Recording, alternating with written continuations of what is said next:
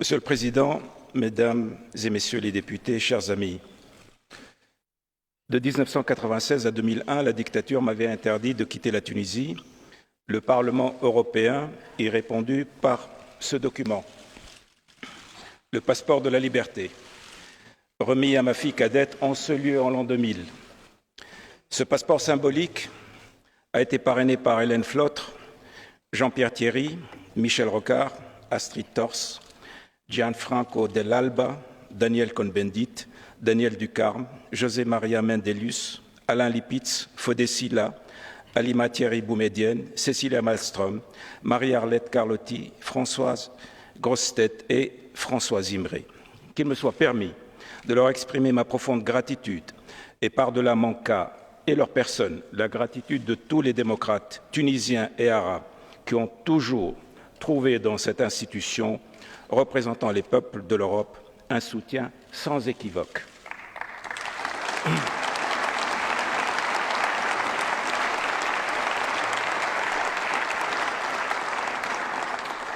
Mesdames et Messieurs, à la fin des années 90, j'avais écrit que si le XVIIIe siècle a été le siècle de la Révolution française et américaine, le XXe celui de la Révolution russe et chinoise, le XXIe siècle sera le siècle de la Révolution arabe. Ce n'était pas à force de lire dans le marc de café, mais dans le livre de l'histoire. Les grandes nations ne se suicident pas, ne se laissent pas mourir. Au plus profond d'elles-mêmes, elles finissent, quand tout semble perdu, par retrouver l'énergie de rebondir. Plus long est le calvaire, plus profonde est la chute, plus forte est l'énergie qui va les propulser hors du trou où elles sont tombées. Les révolutions arabes, inscrites dans une sorte de fatalité de l'histoire, ont donc fini par arriver. La question fondamentale et légitime qui se pose à vous, comme à tous les Européens, est simple. Ces révolutions sont-elles pour nous un bien ou un mal, une chance ou un danger? Pour comprendre les événements, les peuples, les êtres humains, voire les animaux ou même les choses, il faut une dose minimale d'empathie. Sans elle, ce que nous voyons se ferme au regard et se dérobe à l'entendement. Je ne demande pas simplement votre attention, mais aussi votre empathie, messieurs, dames, sans laquelle il n'y a aucune chance pour que nous puissions communiquer et nous rencontrer. Oui, les révolutions arabes peuvent poser à l'Europe de sérieux problèmes. On voit déjà se profiler les principaux. Il y a le risque de les voir dégénérer en désordre, en guerre civile, voire en guerre régionale, comme c'est déjà le cas en Syrie, avec tout l'impact que cela peut avoir sur la sécurité de l'Europe. Le deuxième risque, nous l'avons vécu au lendemain de la chute de la dictature en Tunisie. Nos jeunes, profitant de l'effondrement de l'appareil sécuritaire et connaissant mal les difficultés économiques de l'Europe, se sont précipités sur les bateaux pour prendre d'assaut vos côtes dans l'espoir d'une vie immédiatement meilleure. Il y a enfin la troisième menace, l'extrémisme islamiste armé, que nous appelons le salafisme djihadiste, qui pourrait retrouver une nouvelle vigueur à l'occasion de la poussée de fièvre que connaît cette région du monde. Menace mondiale dans le cas d'Al-Qaïda, menace régionale comme dans le nord Mali, à l'origine de la nécessaire intervention française. Il est surtout une menace nationale dans chaque pays du printemps arabe, car c'est lui et non les suppôts de l'ancien régime qui constitue la partie la plus dangereuse de la contre-révolution. Et pour cause, la révolution démocratique lui a coupé l'herbe sous les pieds et frustré de ce qu'il croyait être sa chance historique d'hériter des dictatures déchues.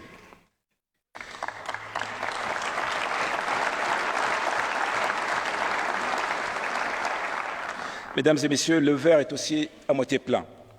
Non, il n'y a rien à craindre des révolutions arabes, car ce ne sont pas des révolutions nationalistes ou xénophobes. Lors de leur déclenchement, on n'a pas entendu les habituels slogans anti-occidentaux ou anti-israéliens. Et pour cause, la liberté n'est plus arrachée à l'occupant étranger, mais à une dictature corrompue et brutale qui a fini par se constituer en véritable occupation interne. Les dernières manifestations violentes de salafistes djihadistes contre les ambassades occidentales lors de cette lamentable histoire de la vidéo islamophobe n'ont réuni que quelques centaines d'individus sous le regard inquiet et désapprobateur de l'écrasante majorité. Non, il n'y a vraiment rien à craindre des révolutions arabes, car ces révolutions sont d'abord et avant tout des révolutions sociales, se battant pour les mêmes droits socio-économiques qui ont été à l'origine de vos propres évolutions ou révolutions. Non, il n'y a rien à craindre des révolutions arabes, car ce sont des révolutions démocratiques. Certes, les partis islamistes ont remporté des victoires électorales indéniables en Tunisie, Libye, Égypte. Mais n'est-ce pas la démocratie qui a amené une faction importante de l'islamisme dans son camp? N'est-ce pas elle qui leur a imposé ses règles, son éthique et en arrière-plan sa vision du monde? Non, ce n'est pas l'islamisme qui a triomphé dans le sillage du printemps arabe, qu'il pervertirait ou récupérerait comme le craignent certains. Ce ne sont pas les démocrates qui se sont convertis à cette idéologie politique appelée l'islamisme, mais ce sont bel et bien les tenants de cette doctrine, du moins la fraction modérée, largement majoritaire dans le spectre islamiste tunisien, qui se sont convertis à la démocratie. Sont-ils sincères ou manœuvrent-ils? Qui le dira mieux que le temps? Ils devront apprendre le jeu et le jouer selon les règles de la démocratie, sinon ils auront à réinstaller une dictature religieuse que les Arabes liquideront, comme ils ont liquidé celle à visage dit nationaliste ou dit socialiste. Quant à ceux qui parlent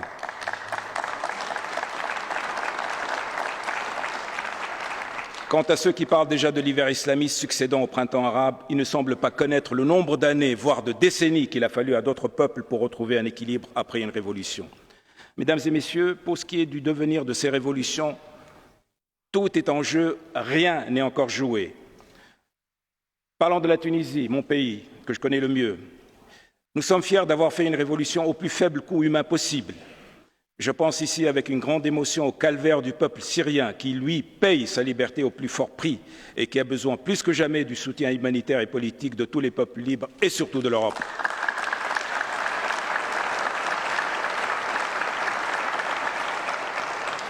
Nous avons mis en place un gouvernement de coalition entre laïcs modérés et islamistes modérés pour que les deux composantes modernistes et traditionnalistes de notre peuple se retrouvent dans ceux qui conduisent leurs affaires. Ce gouvernement fonctionne. Il a restauré un État qui avait cessé d'exister en 2011. Il a remis en marche la machine économique qui fait que la Tunisie est passée d'un taux de croissance de moins 1,8% en 2011 à plus 3,5% en 2012. Mais le gouvernement dysfonctionne par tous les conflits personnels et politiques propres à toutes les coalitions. Nous n'avons pas cependant de meilleur choix et il faudra bien s'en accommoder jusqu'aux prochaines élections que nous voulons aussi proches que possible. Nous rédigeons depuis des mois la constitution d'un État démocratique et civil, d'une société plurielle avec les difficultés que vous imaginez. Mais là aussi, l'esprit de consensus l'emporte et nous espérons nous mettre d'accord sur le texte dans les 2 ou 3 mois. Nous sommes absolument déterminés à promouvoir et à défendre toutes les libertés, à protéger les acquis de la femme, mais on ne change pas les attitudes et les comportements depuis 50 ans en 2 années. Nous sommes déterminés à protéger le mode de vie des Tunisiens, de la Tunisie moderniste et à élever le niveau de vie de la Tunisie pauvre et oubliée. Mais les défis socio-économiques sont colossaux, tant l'héritage de la dictature soigneusement camouflé pendant plus de 20 ans se révèle lourd. Nous sommes absolument déterminés à continuer notre stratégie d'absorption de la fraction moderniste ou modérée de l'islamisme, car elle existe, n'en déplaise aux idéologues qui ne voient ni la complexité ni la dynamique de la chose politique, et tout aussi déterminés à faire face à sa fraction insoluble dans la démocratie, et ce, par les moyens sécuritaires dans le cadre de la loi et du respect des droits de l'homme, mais surtout par le développement social, économique et culturel. Nous n'accepterons jamais que ce courant, l'équivalent de votre extrême droite, mettre en danger notre modèle de société profondément arrimé à son héritage arabo-musulman, mais résolument tourné vers la modernité. Nous ne le laisserons pas mettre en danger les acquis de la femme, les droits de l'homme ou la relation à l'Occident que nous voulons pacifier, amicale et basée sur le respect mutuel et le partenariat profitable à nos 2 communautés.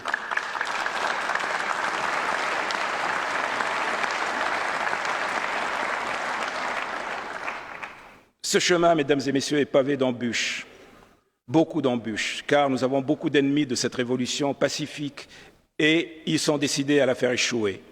Une violence verbale orchestrée, des marabouts brûlés pour dresser les musulmans contre les musulmans.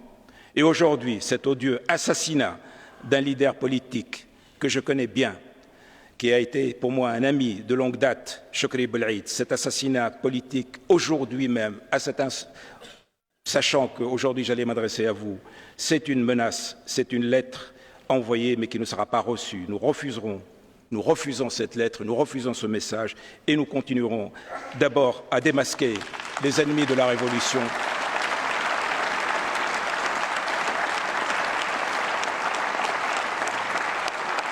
et à continuer notre politique. Tout ce processus de démocratisation de l'État et de la société, de mise en place d'un développement durable, se révèle être donc un processus plus difficile, plus complexe et surtout plus lent que prévu, mais il avance. Beaucoup de facteurs vont décider, messieurs, dames, du sort de notre révolution et des révolutions arabes. La détermination des peuples ou leur découragement, la sagesse des hommes ou leur folie, cet effet papillon si difficile à identifier et à contrôler qu'on désigne à défaut d'un vocable sous le terme de chance ou de providence. Mais vous pouvez parier sur la Tunisie qui est aujourd'hui le véritable laboratoire d'une grande transition ayant vocation de réussir. Mesdames et messieurs, nous avons beaucoup souffert en Tunisie de l'absence de l'état de droit national, mais aussi de son absence sur le plan international. Face aux élections présidentielles organisées par le dictateur et gagnées par l'éternel score de 99%, nous, démocrates et militants des droits de l'homme, n'avions aucun recours pour demander l'invalidation de ces élections truquées. Pas de Cour constitutionnelle nationale, pas de Cour constitutionnelle internationale. D'où l'idée de cette dernière, une instance supranationale chargée de statuer à partir de la Déclaration universelle des droits de l'homme, des pactes et des traités internationaux sur la validité d'une élection, la concordance d'une constitution nationale avec les standards internationaux. Cet organisme dont j'ai rêvé en intellectuel persécuté est aujourd'hui un projet ficelé qui a eu l'aval du sommet de l'Union africaine à Addis Abeba la semaine dernière. Il a recueilli l'appui de plusieurs États sud-américains et je suis là pour vous demander, au nom de la Tunisie, de l'appuyer afin que l'État de droit sur le plan mondial continue d'avancer et la démocratie de se renforcer.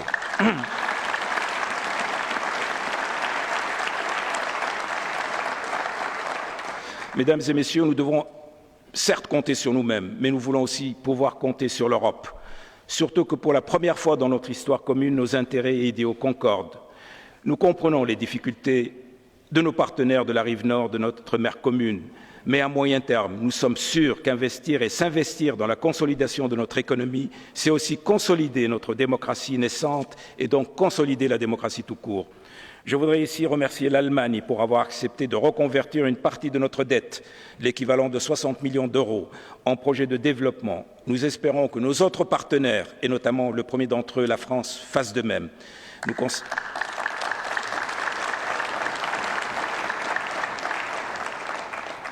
Mesdames et messieurs, au-delà de cet aspect strictement économique, il y a dans les relations entre nos deux mondes quelque chose de plus profond.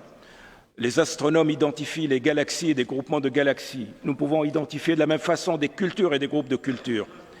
Quelqu'un a dit à juste titre que l'Orient commençait quelque part à l'est de l'Iran. Maghreb signifie en arabe Occident. Et dans un certain sens, nous sommes des Sud-Occidentaux, partageant avec les Nord-Occidentaux que vous êtes le même héritage grec, judéo-chrétien et musulman, une histoire douloureuse partagée, des croisades à la colonisation. Tout cela a tissé des relations complexes mais puissantes entre nos deux communautés. On sait ce que l'Occident naissant doit à la culture arabo-musulmane. On sait aussi que la modernité de la culture arabo-musulmane est en grande partie l'appropriation de ce que l'Europe a créé de mieux dans le domaine des arts, de la culture, des sciences et de la politique. J'aimerais rappeler aussi que les échanges humains ne sont enrichissants pour les uns et pour les autres, surtout s'ils se veulent pérennes, que dans l'égalité. Les 300 millions d'Arabes ont promu plusieurs langues européennes qui font aujourd'hui partie intégrante de leur culture. Laissez-moi ici exprimer le vœu que l'Europe saura donner à la langue et à la culture arabe une place injustement refusée dans le cadre des relations inégales qui seront de moins en moins acceptées par nos nouvelles générations.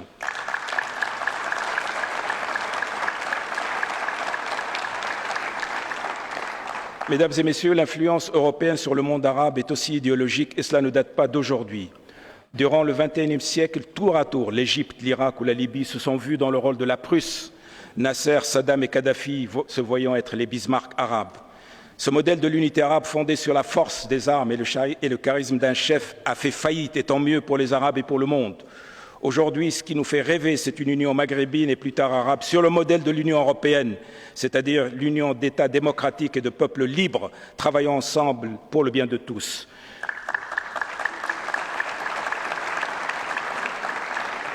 L'Union européenne nous fascine aussi parce qu'elle a réussi de plus remarquable, pour ne pas dire de miraculeux, la réconciliation franco-allemande.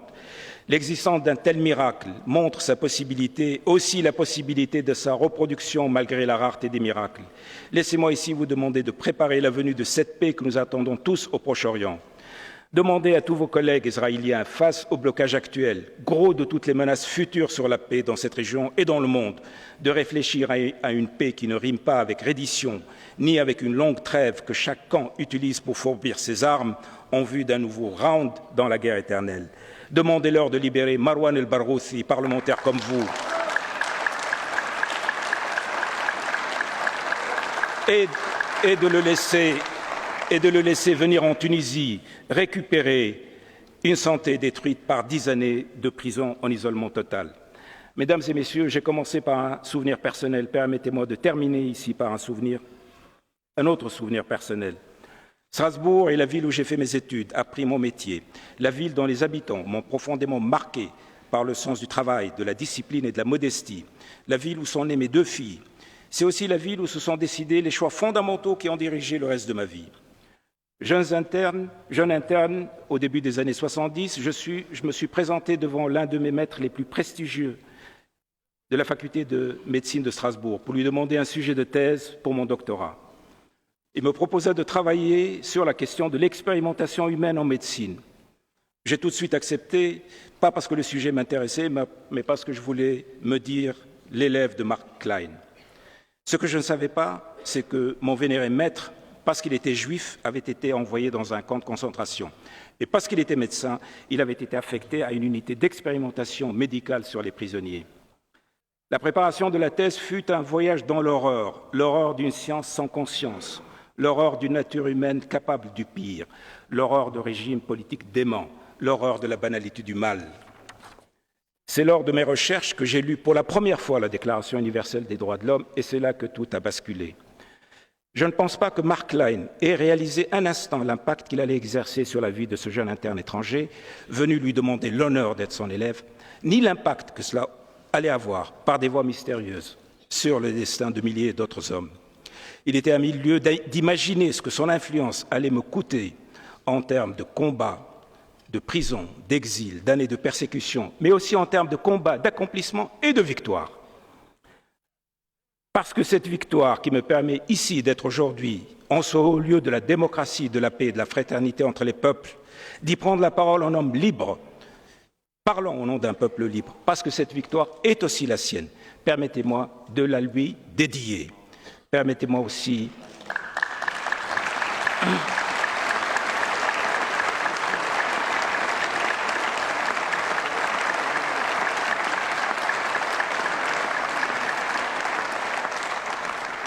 Permettez-moi enfin de saluer par la même occasion Strasbourg, l'Alsace, l'amitié franco-tunisienne, l'amitié euro-arabe.